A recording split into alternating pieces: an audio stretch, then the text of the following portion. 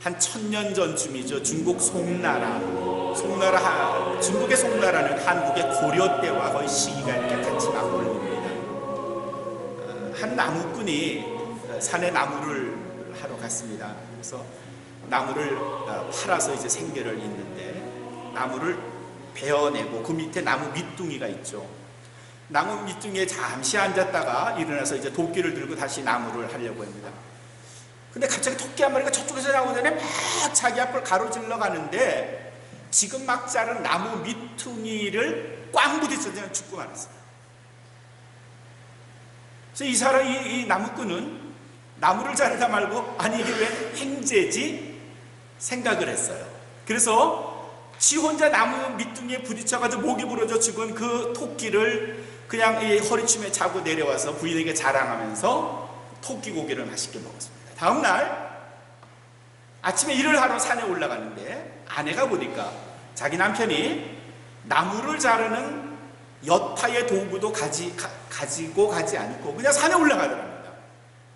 아니 웬일이지, 저 양반 산에 두고 왔나 싶었어요. 근데 나무꾼은 산에 올라가서 어제 그 나무 자른 그 밑둥이에 딱 앉아가지고 팔을 껴고, 오늘도 토끼가 와서 나무 밑둥이에 부딪혀 죽지 않는가, 그것만 하루 종일 보다가 빈손 들고 내려왔어요. 그리고 그 다음날부터 매일처럼 도끼를 가지고 산에 올라가는 게 아니라 죽은 도끼를 묶을 밧줄만 가지고 산에 올라가곤 했습니다. 그걸 가리켜 송나라 사람들이 그 나무꾼의 그 무지함을 가르쳐 수주대토라는 말을 씁니다.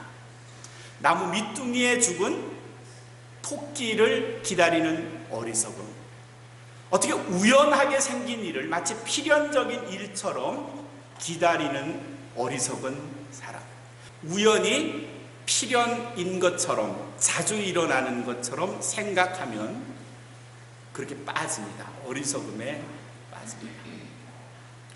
오늘 우리는 구약의 지혜서라고 하는 전도서 9장에 있는 말씀으로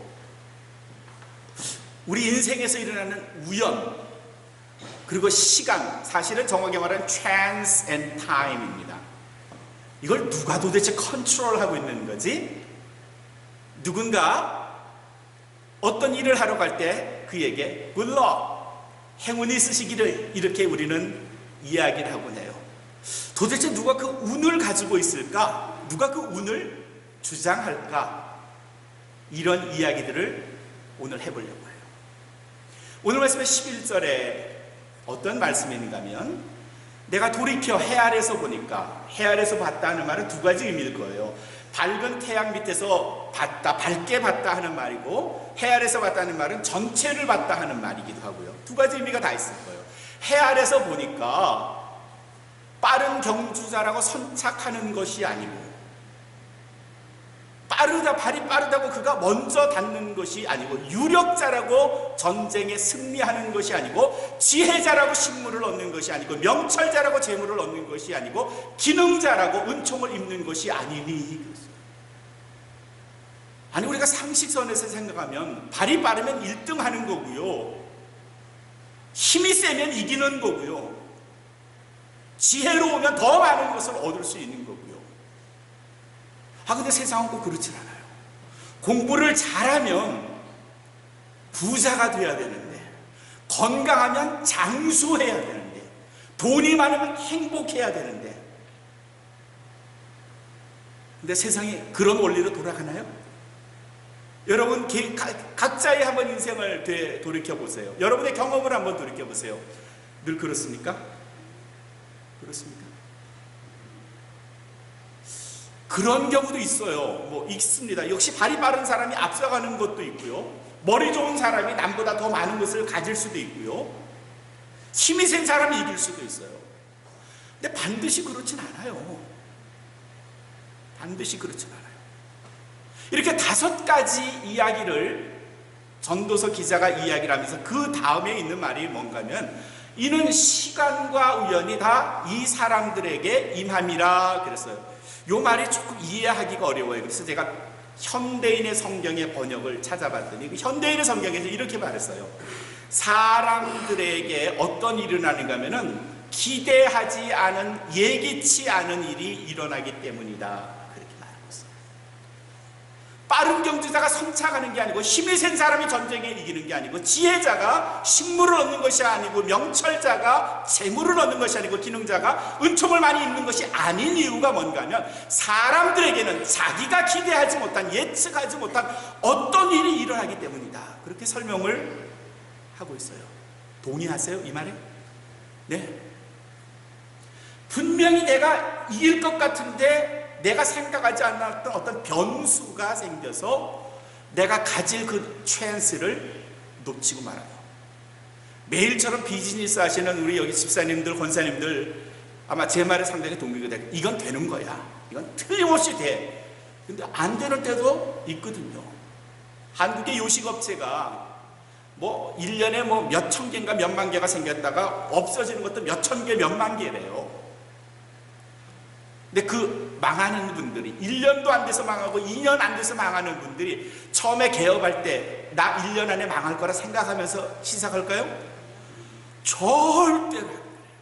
절대로 안 그래요. 야, 나 이거 시작하면 대박 날 거야 라고 생각하는 분들도 있고, 물론 어떤 분들은 야, 잘 돼야 될 텐데 잘 될까? 이런 생각도 있지만 그 뒷마음에는 잘 될 거야 하는 기대 심리가 있단 말이죠. 그런데 하다 보면 예측하지 못한 바람이 막 부는 거예요. 막 한창 치킨 사업이 잘 될 때 누군가가 치킨집을 엄청나게 돈을 들여서 빚을 내서 딱 지었는데 그 다음에 뭐가 꽝 터지는 거면 조리독감이 터진 거예요. 망하는 거예요. 그 주변에 있는 모든 치킨집을 내가 통합하겠다, 내가 휩쓸어 버리겠다, 내가 이 동네 최고의 치킨 장사가 되겠다고 해서 엄청 잘 만들어 놨는데 딱 개업하고 일주일 만에 조류독감이 나니까 손님 뚝, 아니 돈도 넣고 경험도 있었고 뭐 이것저것 노하우도 있고 다 했는데 예기치 않은, 생각하지 않은 변수가 딱 그 사업에 걸려들면서 사업의 방향이 뒤바뀌어가고 결국 몇 개월 견뎌내지 못하고 문을 닫고 말아요. 왜 이런 일이 일어나죠? 왜 건강한 사람이 오래 사는 게 아닐까요? 왜 돈 많은 사람이 반드시 행복한 건 아니죠? 왜 힘이 센 사람이 약한 자를 이겨야 할 텐데 왜 지는 거죠? 왜 내가 생각한 내 계획대로 돼야 될 텐데 왜 이 계획이 중간에 뒤틀리는 거죠? 이거 뭘까요?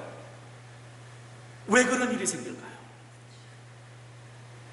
이런 물음에 대해서 오늘 전도서 9장 1절에서는 그 답을 우리에게 명확하게 내려줍니다.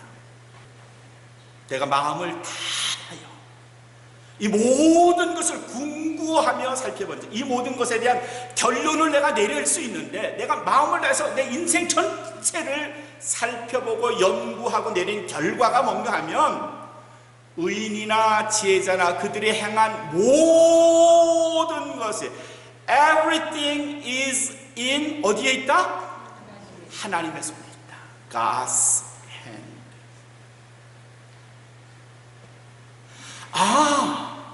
그게 하나님의 손 아래 있었구나.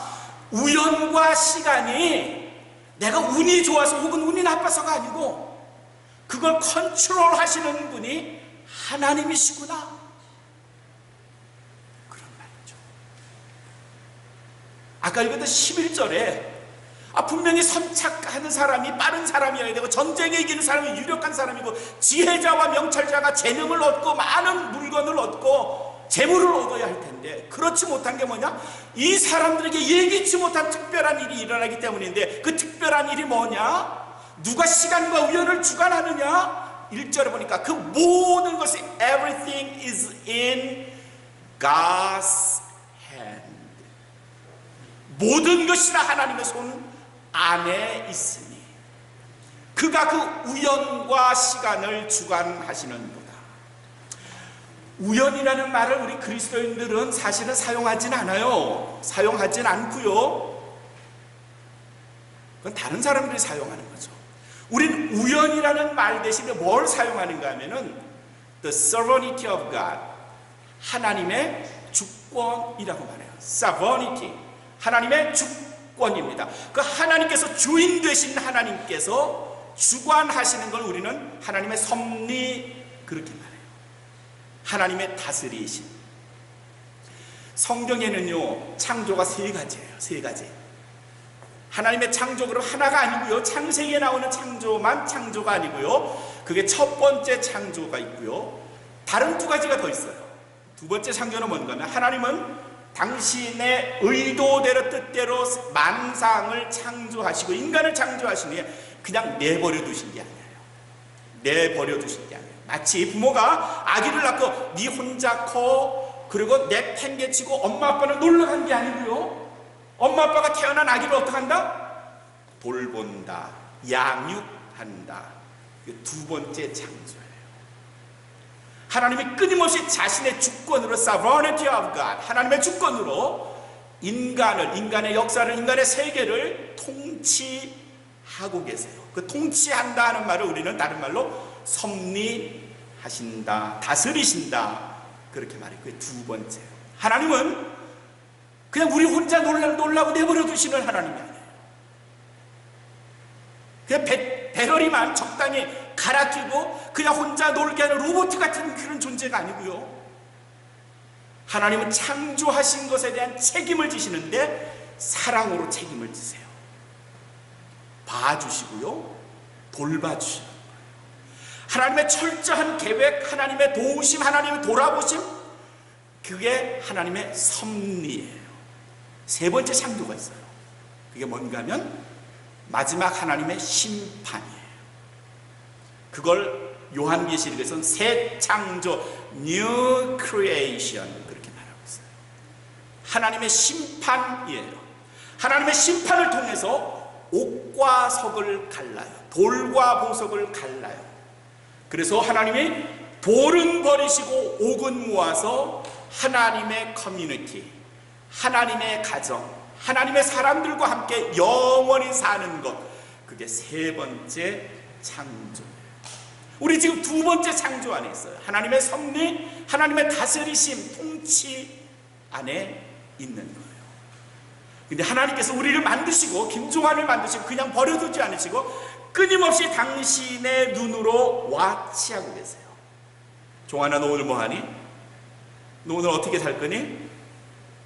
어떻게 하면 내가 널 도와줄 수 있을까? 돌아보세요. 그걸 섭리라고 하고요, providence라는 영어로 써요. 영어의 providence라는 말은 두 개의 단어가 이렇게 조합된 거, 연합된 거예요. 앞에 pro라는 말은 앞, before라는 뜻이 앞에 있다 그런 말이에요. 히브리에서, 헬라에서 온 prologue 할 때 그 프로도 역시 같은 의미의 앞에 있다. 프롤로그를 한국말로 뭐라고 하죠? 서원, 머릿말 그렇게 말하죠.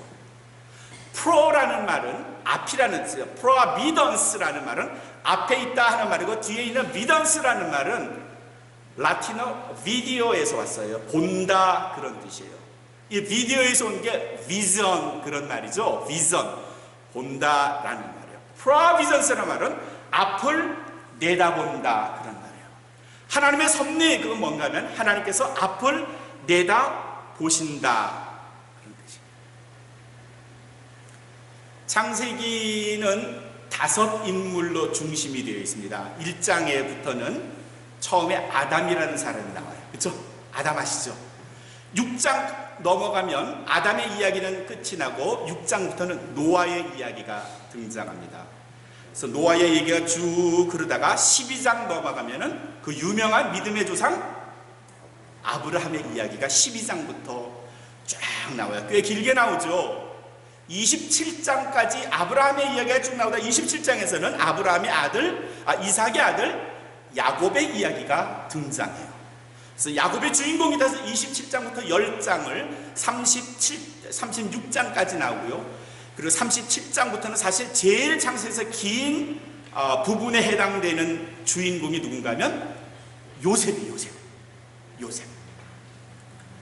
이 요셉이 불행하게도 형들에게 팔렸어요. 그렇죠? 형들이 팔았어요. 인생 나락으로 떨어졌어요. 형들에게 배신당했다는 아픔은 도대체 어떻게 치료해야 될까요? 팔려도 이방 나라 이집트로 팔려갔어요. 그곳에서 그래도 어떤 유력한 사람의 집에 몸종으로 들어갔어요. 보디발 장군의 집에 팔려갔어요. 잘 살았는데, 인종도 바꿔 살았는데 어느 날 파렴치한으로 몰렸어요. 성폭행자, 성추행자로 몰렸어요. 요새도요, 이 성추행자, 성범죄는 사실 사회에서 거의 격리된 상태인데, 그 당시에 자기 주인의 아내를 강간하려 했다는 범인으로 몰렸다면 죽음을 면하기가 어려워요. 도대체 어디가 끝일까? 요셉이 떨어지는 인생의 끝은 어딜까? 형들에게 팔려갔고, 이방으로 팔려갔고, 보디발의 집에 팔려갔고, 거기서 성범죄자로 저 밑에 나락에 떨어져서 감옥에 갇혔어요. 근데 정말 그때 하나님께서 그에게 꿈을 보여주셨고, 그 꿈으로 인해서 애굽의, 이집트의 첫 번째 7세였던 왕 바로의 눈에 뜨이게 됐고 발탁이 됐고요. 그래서 총리 대신 제너럴 미니스트리가 됐어요. 모든 행정, 이집트의 행정을, 업무를 관장하는 자가 됐어요. 그러다가 팔레스틴 전체에 흉년이 들었어요. 가나안 땅에 살던 자기의 형들도 흉년이 들었어요. 이집트에 먹을 게 많다는 소식을 듣고요, 이집트로 형들이 왔어요. 높은 자리에서 이제 총리가 된 요셉이 저기 밑에 히브리인이 양식을 구하러 왔다고 했는데, 그들의 얼굴을 보니까 영락없는 자기 형들이었어요. 형들에게 양식을 주고 가족 전부를 데려오라고 했어요. 가족 전부 왔어요. 나중에 요셉이 형들에게 내가 바로 당신이 반 요셉입니다. 형들이 뒤로 자빠질 뻔했어요. 놀랐어요. 그리고 무서웠고요, 두려웠고요, 저 동생이 우리를 죽이겠구나 생각을 했어요. 창세기 45장 5절에 보면 놀라웠고 두려워서 떨고 있는 형들에게 요셉이 뭐라고 말을 했는가 하면, 하나님이 당신들의 생명을 구하기 위해서, 생명을 구하려고 나를 당신들보다 앞서서 여기에 보냈습니다. 하나님의 생명을 구하려고 나를 당신들보다 앞서 보내셨다. 프라비던스. 앞서 보이셨다. 프라비던스. 섭리예요. 이 창세기 45장 5절을 보면, 야, 이게 하나님의 섭리구나 는 것을 알 수 있어요.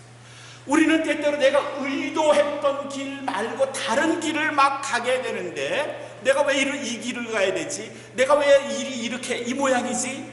오늘 정신 차려서 보면 자기가 있는 곳이 바로 내가 와야 할 길이었다는 것을 어느 순간에 탁 깨달아요. 그때 우리는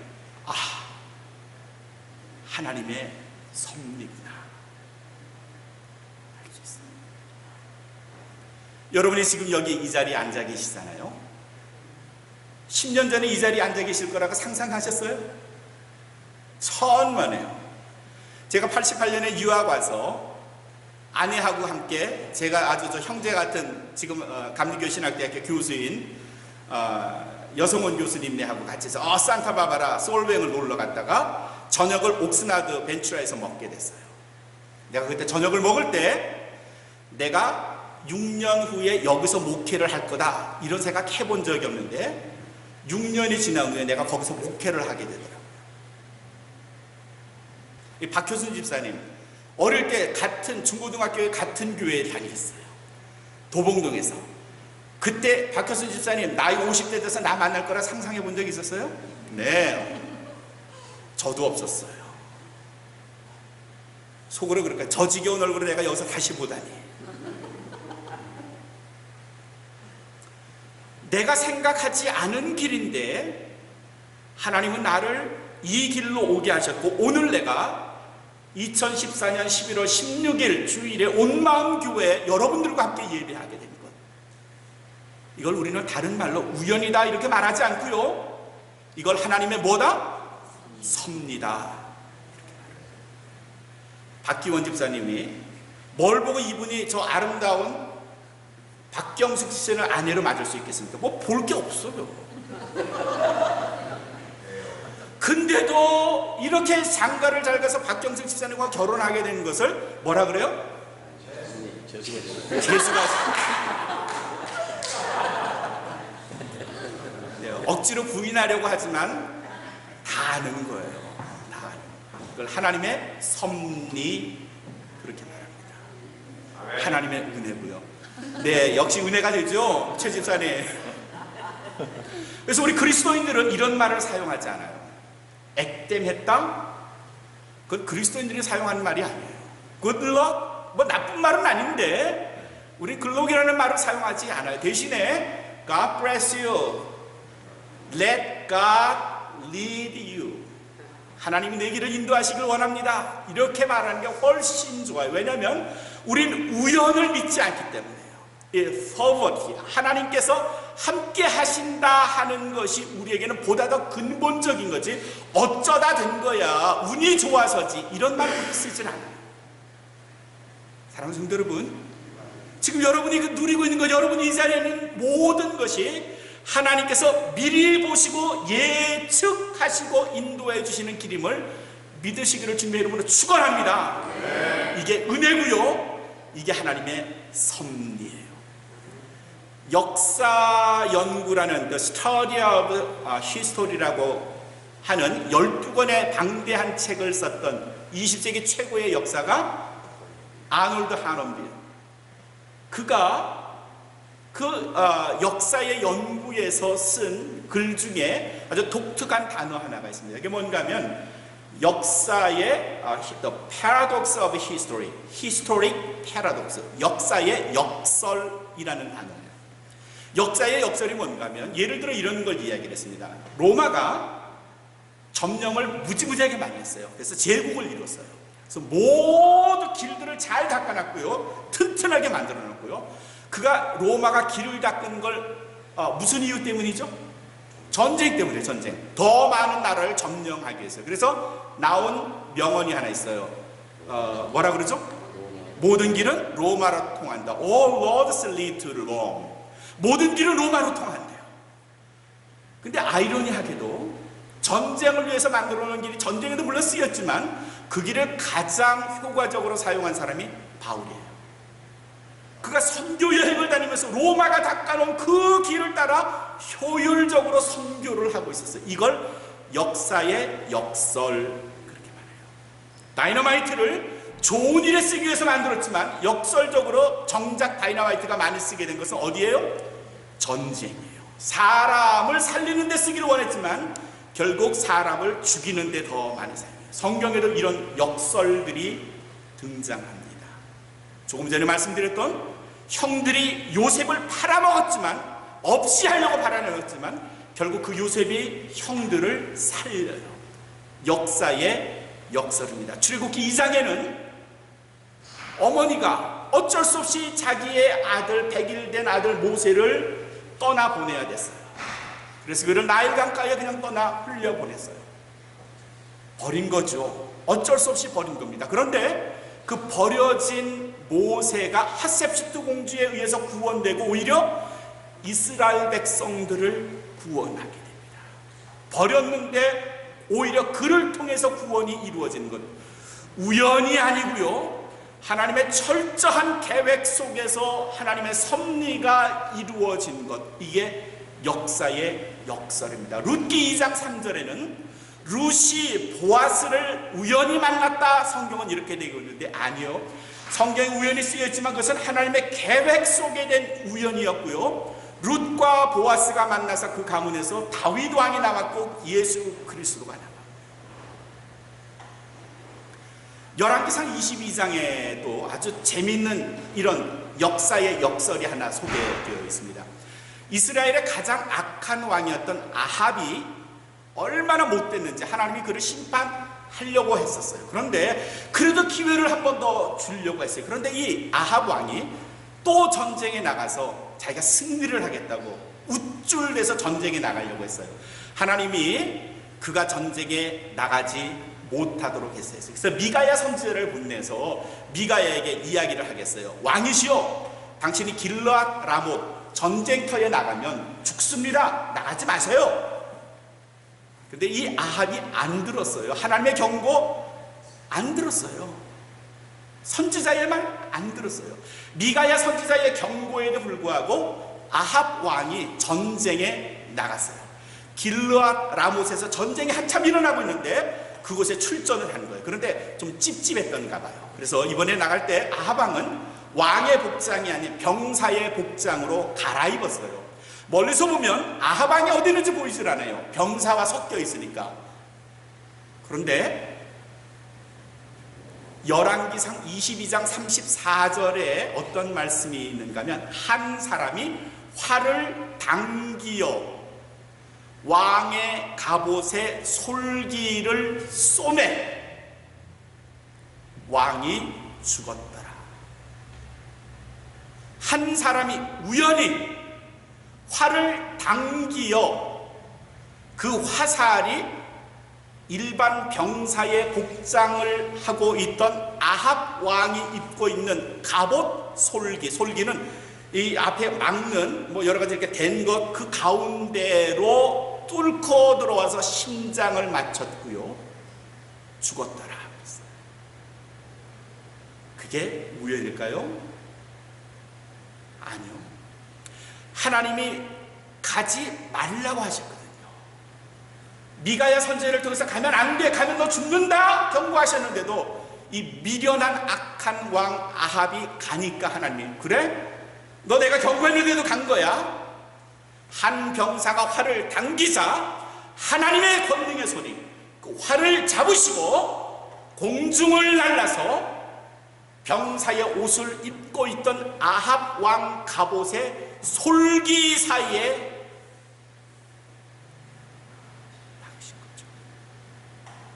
우연이라고요? 천만에.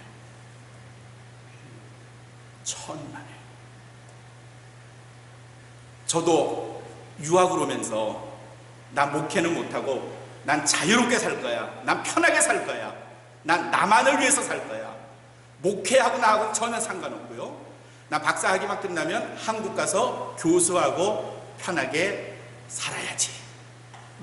아내한테도 그렇게 약속을 했거든요. 그렇게 될 줄 알았어요.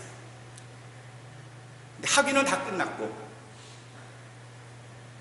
근데 제가 지금 있는 자리는 학교가 아니고 교회고요. 학생들이 아니고 여러분들.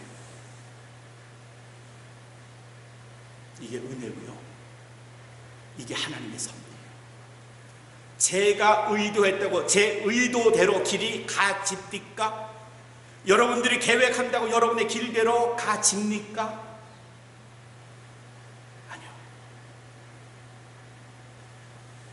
빠른 경주자가 선착한다고요? 유력자가 전쟁에 이긴다고요? 지혜로운 자가 곡식을 더 많이 얻고요, 명철한 자가 재물을 더 많이 얻는다고요? 기능자라고 은총을 입는다고 천만에요. 알지 못하는 뭔가 변수가 생기는데 1절에서는 그 변수가 다 어디에 있다? In God's hand. 하나님의 손 안에 있다는 거죠. 그걸 인정하지 못하면 끊임없이 운을 바라고 요술을 바라고 그리고 우연을 바라면서 사는 인생밖에는 될 수 없는 겁니다. 돌스토이의 민화 중에 이런 이야기가 하나 있죠. 어항에 사는 고기들이 매일 밖에 사람들의 이야기를 듣는 겁니다. 사람들은 말하기를 인생에서 사람이 사는데 제일 중요한 게, 물고기들이 사는데 제일 중요한 게 물이다 그랬어요. 물이 제일 중요해. 물이 꼭 필요해. 물이 없으면 안 되는 거지. 물이 있어야 우리가 살 수 있어. 이렇게 말해요. 젊은 고기 한 마리가 도대체 물이 뭐지? 뭐가 물일까? 물을 알고 싶어. 물이 뭔지 보고 싶어. 도대체 해결할 방법이 없었습니다. 그러다가 나이가 많은 한 고기에게 다가갔습니다. 할아버지, 저 사람들이 말하는 저 물이 뭐지요? 물이 뭡니까? 물이 알고 싶어요. 물을 좀 보고 싶은데요. 늙은 할아버지가 말을 해줬어요. 네가 사는 데가 너는 지금 물과 함께 있는 거예요. 네? 내가 물과 함께 있다고? 뭐가 물인데요? 물이 뭐죠? 물이 뭐예요? 하나님의 은총이 뭐냐고요? 하나님의 섭리가 뭔지 모르시겠다고요? 지금 우리가 하나님의 은총 아래 사는 거고요. 하나님의 섭리 안에 살고 있는데 여전히 그걸 모르세요? 모르시겠다고요? 하나님이 끊임없이 내 생활에 관여하시고 인도하시고 섭리하시는데 여전히 모르시겠다고요? 그럼 톨스토이 민화에 나오는 그 젊은 물고기 한 마리와 별 다름없습니다. 물 속에 살면서도 물이 뭔지를 몰라 하는 그 자와 같은 거죠. 마음의 경영은 사람이 있어도 사람이 해도 말의 실행은 여호와께로 나오느니라. 요걸 현대어 성경에서는 계획은 사람이 해도 실천은 하나님이 하신다. 다른 말로 하면요, 결제를 하나님이 해야 되는 거지. 사람이 아무리 계획서를 쓰고 프로젝트를 만들어도 결제 하나님 안 하시면 쓸데없다 그랬어요. 16장 9절의 말씀을 한번 더 읽어볼까요? 사람이 마음으로 계획할지라도 그의 걸음을 인도하시는 분은 하나님이시다. 결국 하나님의 결제 없으면 아무리 계획해도 쓸데없다는 겁니다. 그래서 이 1절과 9절의 결론이 3절에 있어요. 3절의 말씀을 같이 한번 읽어볼까요? 너희 행사를 하나님께 맡겨라. 그분에게 맡겨라. 그러면 너의 경영이 내가 생각한 것, 내가 계획한 것을 그가 이루어 주실 것이다. 1절과 9절의 결론이 3절이에요. 사랑하는 성도 여러분, 누가 시간과 우연을 주관하세요? 오늘 전도서 9장 1절은 In His hand, 하나님 손에 있으니. 그렇습니다. 무슨 계획을 세우십니까? 뭐 하실 일이 있으세요? 뭔가 좋은 생각이 있으세요? 생각하시되 하나님과 의논하세요. 하나님께 맡기시기를 바랍니다. 하나님이 도우셔야, 하나님이 결제하셔야 그 일을 할 수가 있음을 믿으셔서 하나님께 내어 맡기시고 하나님으로부터 도움을 얻으셔서 하나님 은총과 섭리 가운데 사시는 온마음교회 성도가 되시기를 주의 이름으로 축원합니다.